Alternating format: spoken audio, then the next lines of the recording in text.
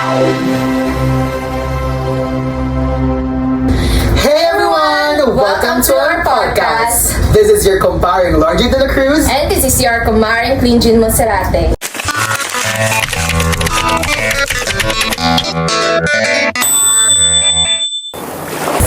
And for today, we will be talking about something like a lot of college student go through. Pero hindi siya masyadong pinag-uusapan. I don't know for their reasons, but baka siguro natatakot lang sila or baka hindi lang sila ready to pag-usapan yung kanyang topic. It's all about shifting courses or programs in college. That's right. And it may be a big decision in life. But as we face the challenges and the lessons that we learn, may mga valuable lessons naman na matutunan as a shifty. And I believe that as a shifty is not just parang mababa lang. Yeah. Like, we want to empower the shifty. Yeah, Yes. kasi more of the people parang iniisip nila na if you're a shifty, it siguro sa reasons na bagsak ka or siguro sa reasons na, I don't know, baka pero parang tingin kasi nila sa mga shifty parang mababa, ganon. Pero for some reason naman, maganda naman yung mga reasons ng iba, like, mag-shift sila because, siguro hindi lang nila nakikita yung self nila in that course, hindi nila makita yung self nila sa future na ganun yung trabaho. Ang shifty is not just it's very flexible naman siya. Pero but as shifty din, hindi naman siya I think it depends on a person na lang na kung kaya maging flexible. And our course is very flexible naman. Yeah. So, we will ask each other questions kung ano yung mga gusto namin itanong. Yeah, to each other. Yeah, gusto namin itanong. Kung ano yung gusto namin itanong. Yes. Tumigil kayo. Okay, let's go. May mga copies kami, guys. Kasi syempre, hindi naman kami perfect. Kaya na naman ang parang kasalanan namin na parang pa. Okay, so here's our question. Show it to them! Here. Okay. So, sino nga magtatanong? Ako ba ikaw? Ako muna. I'm Me? scared. Me first. Oh, ay naman na parang hindi naman So, pinagpagpisan. what sparked your decision to change your major or course? Siguro, the one who sparked myself is myself. Ano daw? Pero, I also parang it's a self-decision din naman kasi. Parang, hindi ko na talaga nakita yung sarili ko na maging psychologist or psychometrician someday. Also that, parang it's a divine providence naman of God na parang He direct my life for a better din naman. Okay, so it's my turn. So, actually, it's just like the same question din naman, just like your question. Pero, why can I transfer?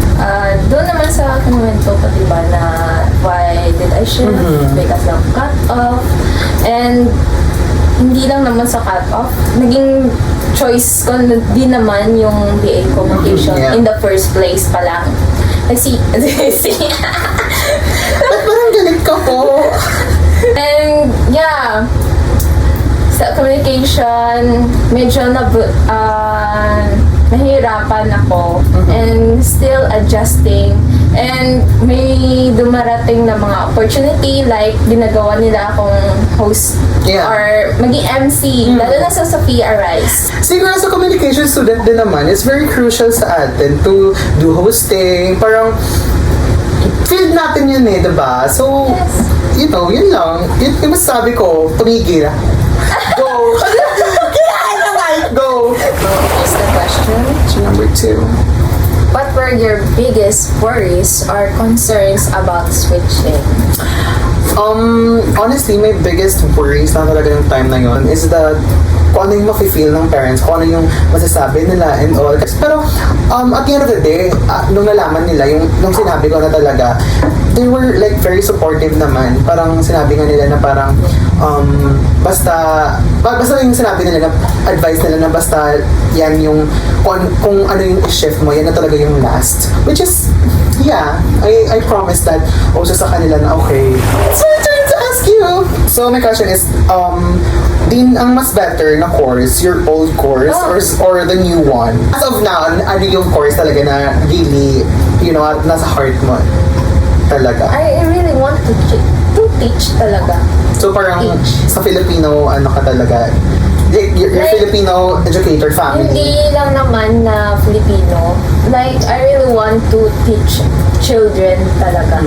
I'm planning to, like, mababa muna yung magiging trabaho ko. I Okay. really So want parang gusto to mo yung parang step by easy step. muna, step by step, Like, mahirap pa muna. Like, maging waitress or like that, janitress. I really want to experience that. You want to experience. Yes. I Oh really my want to gosh, experience that. so challenging naman. Did you know, just out of the topic, where alam mo ba dati, tinanong ako ng parents, ng mama ko na, ano gusto mong course? When I was young, like little child pa talaga.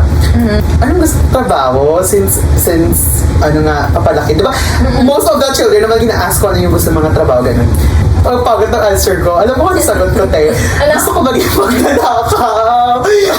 Yung work. Siyempre yung bata pa ako na hindi ko talaga alam. Yung parang, yung magnanakaw, kinakonsider ko siya as work, as a job. Pero as time goes by, na parang hanggang, like parang, tumatanda na na-realize ko talaga na, oh my gosh, ano ba yung Pero alam tinutulog mo- ng mga tao sa akin? So yeah, let's proceed to the next question. So wait lang. So your answer is as of now, your old course talaga. Syempre nandito. Yeah. Okay. Pero I learned to lang to. Oh yeah. So, question number 3. Question number 3. Do you ever felt like you wasted time in your previous major?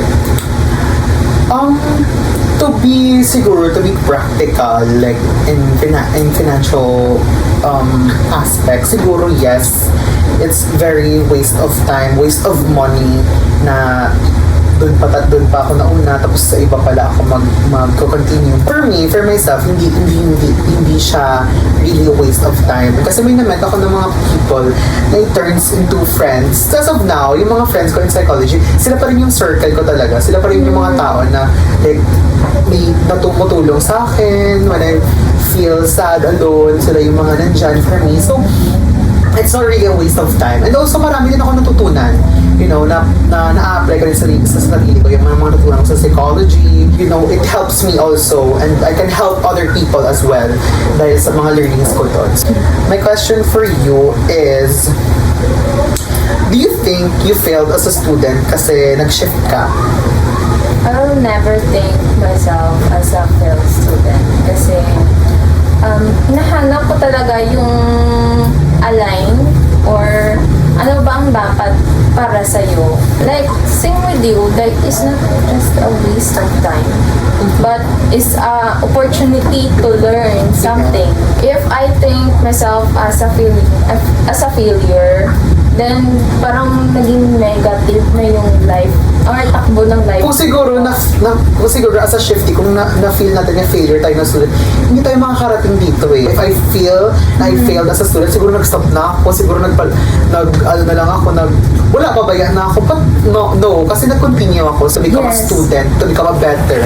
So what are your advice to college student na gusto nila mag-shift pero natatakot sila?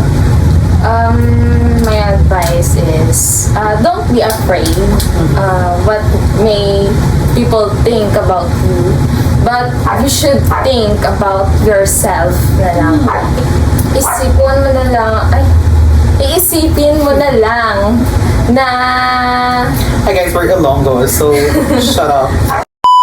isipin mo na lang is it's for you naman na to grow and to get diploma. Yeah. To get diploma. Me, my advice would be just focus on yourself and if you want to go shift, think twice, you know, think about it. Una, honestly, mahirap talaga mag-shift, especially kapag nasa taas na, higher grade ka na. It's so hard talaga na mag-shift pa kasi sometimes there's a possibility na magbalik ka talaga in first year. Try to think twice. Try to think twice kung mag-shift ka pa ba or mag-stay na lang. Yun lang ma-advise ko talaga.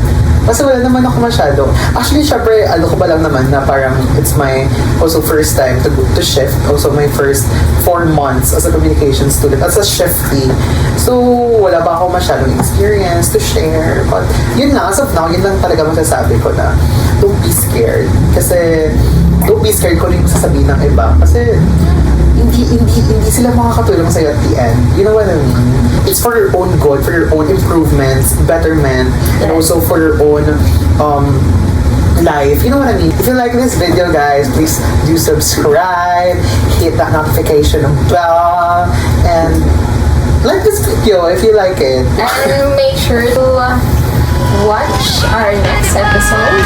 Bye! You gotta subscribe.